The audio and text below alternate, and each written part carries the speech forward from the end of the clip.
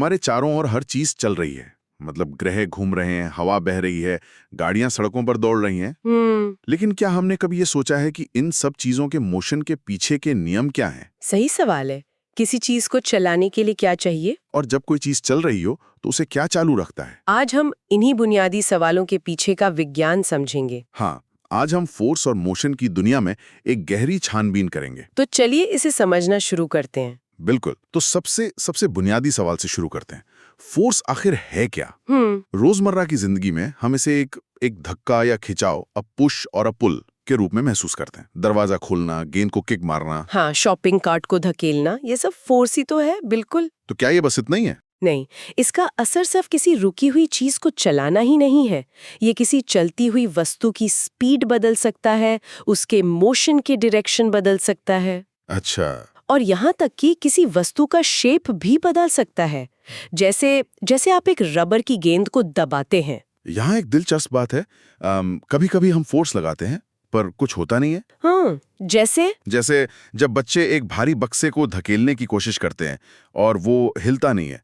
ऐसा क्यों होता है? ये बैलेंस्ड और अनबैलेंस्ड फोर्सेस का एक बेहतरीन उदाहरण है। अच्छा। जब बक्सा नहीं हिलता तो इसका मतलब है कि बच्चों का पुशिंग फोर्स और जमीन का जो फ्रिक्शन फोर्स है, वो एक दूसरे को बैलेंस कर रहे हैं। हाँ, उन्होंने एक दूसरे को बैलेंस कर दिया है। नेट फोर्स मतलब कुल फोर्स 0 है। लेकिन जैसे ही बच्चे ज्यादा जोर से धक्का देते हैं तो उनका फोर्स फ्रिक्शन फोर्स से ज्यादा हो जाता है, फोर्स अनबैलेंस्ड हो जाता है और बक्सा चलने लगता है। तो मोशन में बदलाव के लिए एक अनबैलेंस्ड फोर्स जरूरी है। बिल्कुल। किसी भी वस्तु के मोशन में बदलाव लाने के लिए एक अनबैलेंस्ड फोर्स चाहिए ही चाहिए। ये हमें लाता है गति के पहले नियम पर। सदियों तक लोग सोचते थे कि किसी वस्तु को चलाते रहने के लिए लगातार फोर्स की जरूरत होती है, लेकिन गैलीलियो और बाद में न्यूटन ने इस सोच को बदल दिया। हाँ, उन्होंने इनर्शिया का कॉन्सेप्ट पेश किया। न्यूटन का फर्स्ट लॉ ऑफ मोशन कहता है, क्या कहता है? कोई वस्तु आराम की अवस्था में या एक सीधी रेखा में यूनिफॉर्म मोशन की अवस्था में तब तक बनी रहती है जब तक कि उस पर अवस्था को बदलने के लिए कोई बाहरी फोर्स ना लगाया जाए। सीधे शब्दों में कहें तो चीजें वही करना पसंद करती हैं जो वे पहले से कर रही हैं। एकदम सही।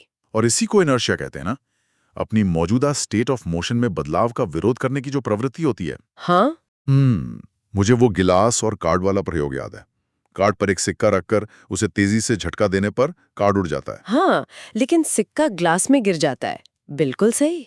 ऐसा क्यों होता है? सिक्का अपने इनर्शिया ऑफ रेस्ट के कारण अपनी जगह पर बना रहना चाहता है। अच्छा। इसी तरह जब बस अचानक चलती है तो हम पीछे की ओर झुक जाते हैं, या जब ब्रेक लगता है तो आगे की ओर। हमारा शरीर अपनी मोशन की स्थिति को बनाए रखने की कोशिश करता है। हाँ, ये समझना बहुत महत्वपूर्ण है कि इनर्शिया कोई फोर्स नहीं है, ये किसी वस्तु का एक गुण है। और किसी वस्तु का मास जितना ज्यादा होगा उसका इनर्शिया भी उतना ही ज्यादा होगा।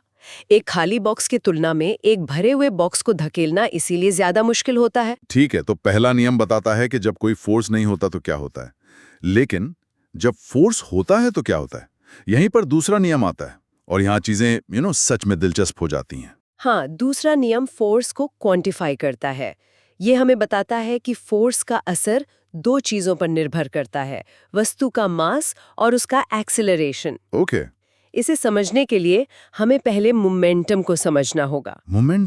मोमेंटम किसी वस्तु के मास और उसकी वेलोसिटी का प्रोडक्ट है। मतलब P = mv। ये मोशन की मात्रा का एक माप है। तो एक तेज रफ्तार से आती क्रिकेट की गेंद में बहुत ज्यादा मोमेंटम होता है और उसे रोकने में काफी फोर्स लगता है। बिल्कुल। न्यूटन का सेकंड लॉ ऑफ मोशन कहता है कि F = ma।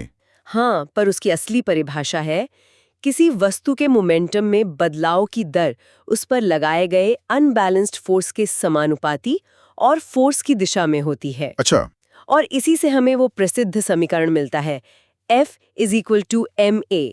फोर्स बराबर है मास गुना एक्सेलरेशन के। तो यही कारण है कि एक फील्डर तेज गेंद को पकड़ते समय अपने हाथों को पीछे खींचता है। हाँ, वे गेंद के मोमेंटम को 0 पर लाने में लगने वाले समय को बढ़ा रहे हैं। बिल्कुल सही। समय बढ़ाकर वे गेंद द्वारा हाथ पर लगाए जाने वाले फोर्स के इम्पैक्ट को कम कर देते हैं। अगर वे हाथ को स्थिर रखकर अचानक गेंद को रोकते तो मोमेंटम में बदलाव बहुत कम समय में होता, जिससे बहुत ज्यादा फोर्स लगता और चोट लग सकती थी। यही सिद्धांत एथलीटों द्वारा हाई जंप के बाद गद्देदार बिस्तर पर उतरने पर भी लागू होता है। अब आते हैं तीसरे नियम पर, जो शायद सबसे ज्यादा प्रसिद्ध है। हर क्रिया की बराबर और विपरीत प्रतिक्रिया होती है। हाँ, for every action there is an equal and opposite reaction. ये सुनने में बहुत सीधा लगता है, लेकिन इसके कुछ चौंकाने वाले प्रभाव हैं। इसमें जो महत्वपूर्ण बात ध्यान रखने वाली है वो ये है कि ये एक्शन और रिएक्शन फोर्सेस हमेशा दो अलग-अलग वस्तुओं पर काम करते हैं। दो अलग-अलग वस्तुओं पर? हाँ, वे कभी भी एक दूसरे को कैंसिल नहीं करते।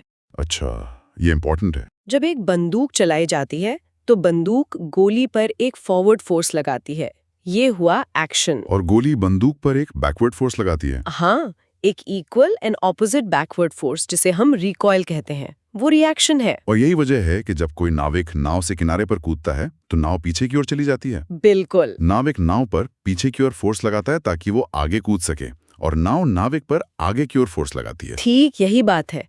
यहाँ तक कि हमारा चलना भी, वो भी तीसरे नियम का ही एक उदाहरण है। चलना?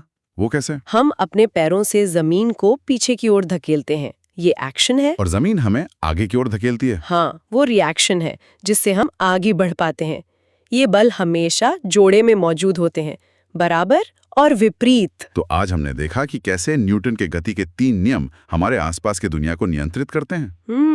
पहला नियम, इनर्शिया, बताता है कि चीजें तब तक अपनी स्थिति नहीं बदलती जब तक उन पर फोर्स ना लगाया जाए। दूसरा नियम, F=ma, हमें बताता है कि फोर्स, मास और एक्सेलरेशन के बीच क्या संबंध है। और तीसरा नियम हमें एक्शन रिएक्शन के बारे में बताता है कि फोर्सेस हमेशा जोड़े में आते हैं। हाँ, और ये 3 नियम मिलकर क्लासिकल मैकेनिक्स की नींव रखते हैं। ये हमें यह समझने में मदद करते हैं कि एक साधारण गेंद फेंकने से लेकर ग्रहों की गति तक सब कुछ कैसे काम करता है। और जैसा कि हमने वादा किया था, जाते जाते एक विचार सबके लिए छोड़ जाते हैं। जरूर। कल्पना कीजिए कि एक तेज रफ्तार कार के विंडशील्ड से एक छोटा कीड़ा टकराता है। सवाल यह है कि क्या कार ने कीड़े पर ज्यादा फोर्स लगाया या कीड़े ने कार पर ज्यादा फोर्स लगाया? या फोर्स बराबर था? हाँ, या फोर्स बराबर था। सोचिए, न्यूटन का कौन सा नियम यहाँ लागू होता है?